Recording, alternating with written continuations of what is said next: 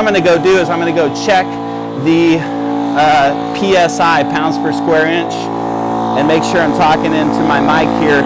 So right now this is just at 3 pounds per square inch, okay? And just to give you an idea, again, you're going for, with these boards, you're going for between 12 and 15 pounds per square inch, or you can even pump it up to 18 pounds per square inch. So you're going to pump them up rock hard. And so even if you get it up to like 8 pounds per square inch and it's really, really hard and you think, oh, well, that's good.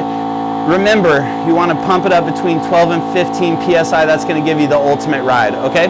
So I'm going to stop the pump now. You have at least an idea of what it sounds like, and then we're going to move forward into the next step of the video. So I'm turning this off right now, and it's 4.6 PSI, and I'm going to take the pump hose out. When I do this, no matter what PSI I'm at, you're going to hear a little psh when I pull the hose out of the board. Okay, and that was just a really little one there, okay? So I'm going to put the auto pump aside and move this board back just a little bit here. Okay, I hope your view's been all right so far. And then you want to take the top of the high pressure valve, the lid, and you just want to screw it in right in there on top, okay? And that just keeps the water from getting in there. Side note, when you go to store these, store them with the high pressure valve lifted so that no water gets in there, and so that the spring on the high pressure valve doesn't go bad when they're being stored in the off season. All right? There's a good little tip for you. On the top of your board, you have a bungee cord where you can put anything that you want to. There's also these little pieces of these little fabric hooks where you could hook on more things using bungee cords, including you have the availability to purchase a kayak seat that you can put on here. Some people just use those to bungee in their coolers, okay? The middle of the board, which is where your handle is right here, typically is this most stable part of the board. So when you're riding your board, you want to be like right around that black handle in the middle there, okay? Top of the board pad's really nice. It's a soft diamond pad, and they're really, really well assembled. I guarantee you, if you go look at any other boards, like boards you buy at Costco or boards that are half the price of these boards, that you'll see a lot of differences in just the way that they're designed. Okay, so now what we're gonna do, I'm gonna flip over the board, and I gotta watch out for the fan. Okay, this particular board is about 11 feet long, it's 33 inches wide, and it's 6 inches deep, okay? What I'm gonna show you now is I'm gonna show you how to put on your skag fin and your side fins. All right, the fins are inside of the bag here in this little zipper pocket. So is your warranty card and information. So when you get your board, make sure that you register it for your 3-year warranty. It's really important. If you don't have it registered, it's okay. On the side of your board, next to the Colorado flag, there's a serial number. If you read the serial number off to Holla Gear when you contact them about warranty, they'll know exactly where you got your board, and they'll know exactly how much time you have on your warranty, so you'll be set, okay? So this particular board, and some are different.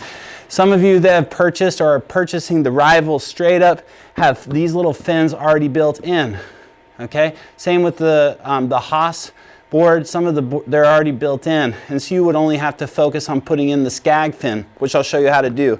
If you have one of these carbon boards and you have these fins here, all you do is you just put them into the little notch and slide them in, and they click in, okay? And that keeps them in there. The skag fin is a little bit more challenging. It'll take you some work and time, but over time you're going to get used to it. There's 2 pieces I want you to pay attention to the most, okay? This is the little screw and the little nut, okay? What you're wanting to do is you're wanting to put the fin, the skag fin, into the fin holder. I think that's what they call it. And then underneath here, you're gonna have the bolt, and above here, through this hole that you can see right here, the screw will go in and it locks it into the skag fin holder, okay? So that's how it's gonna work. I'll show you how to do it. So what you're gonna do is you're gonna take the bolt and you're gonna push the bolt, put the bolt down in the middle of the skag fin holder. You'll notice there's a little area indent where it's a little wider. And then you just let go of it and it will fall into the hole. All right, and then on the fin you have these 2 little gold pieces on the end. You're gonna take that, you're gonna make sure it's facing the right direction. You're gonna put it in that area the opening of the fin holder, and you're going to slide the fin to the back, and then you're going to push the fin down. Okay? And then from there, you're going to have to use the screw to move the bolt. And you're going to move the bolt directly underneath the hole, and you're going to screw the screw into the bolt so that the skag fin is secured in place. You don't have to do it too tight. You just want to make sure that it's tight enough to where the skag fin is not moving. Okay? If you happen to lose the bolt or the screw, my recommendation is to get a hold of me or Holla Gear and have them send you a new one. You can also, just for a quick fix, take 2 pieces of duct tape and slide the duct tape on the side of the fin and push it in. The duct tape will hold it there. Okay? All right. So for demonstration purposes today, I'm actually going to take the skag fin out right now and take these fins out now. Then I'm going to turn the board over, and I'm going to show you how to put your paddle together. Then I'm going to show you a little bit about how to paddle. Then we're going to roll your board up, pack it away, and you're going to see the whole setup and breakdown in this little video here, okay? So to take the green fins off, if you do have a version that has these mini fins, you just pull them and lift them, pull them and lift them.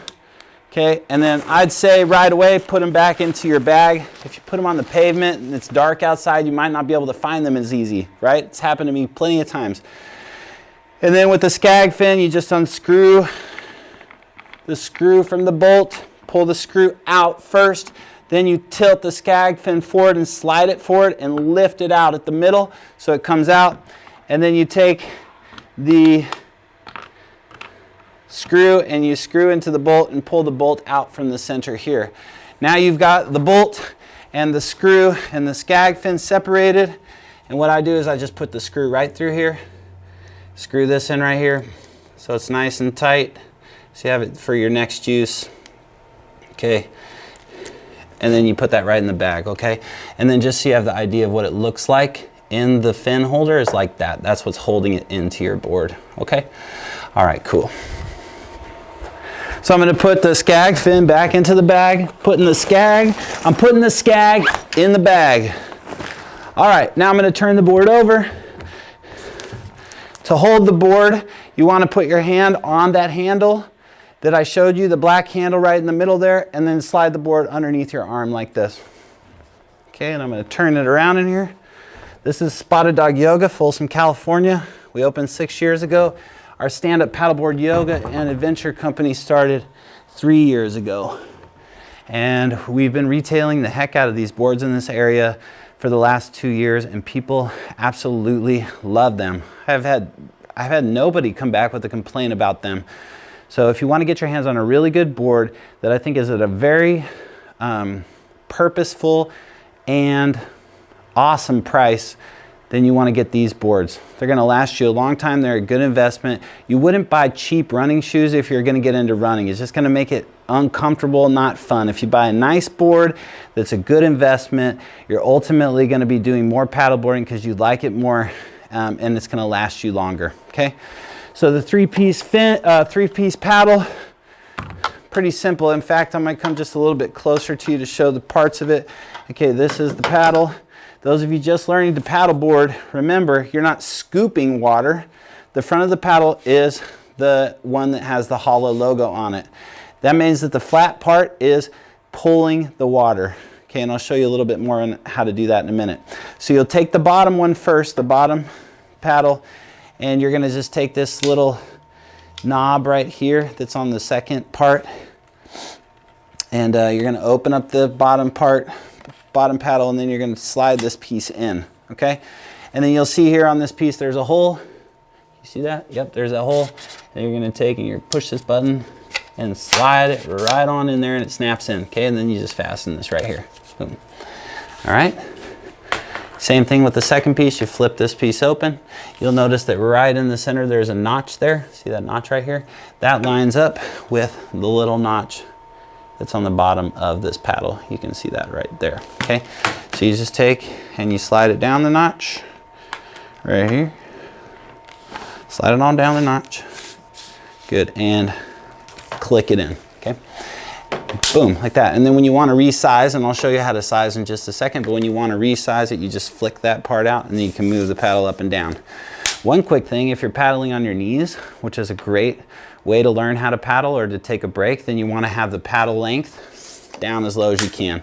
Okay, if you're standing and you're adjusting your paddle, you're gonna wanna have your paddle handle, so you're gonna flick it out, and you're gonna wanna have your paddle handle about a foot up above your head. It's where your right arm or your extended arm is about a foot up above your head, okay? What that does is it helps you cut past the depth of the board and into the water without having to hunch forward or backwards, okay? Okay, awesome. So now what I'm gonna do is I'm gonna move this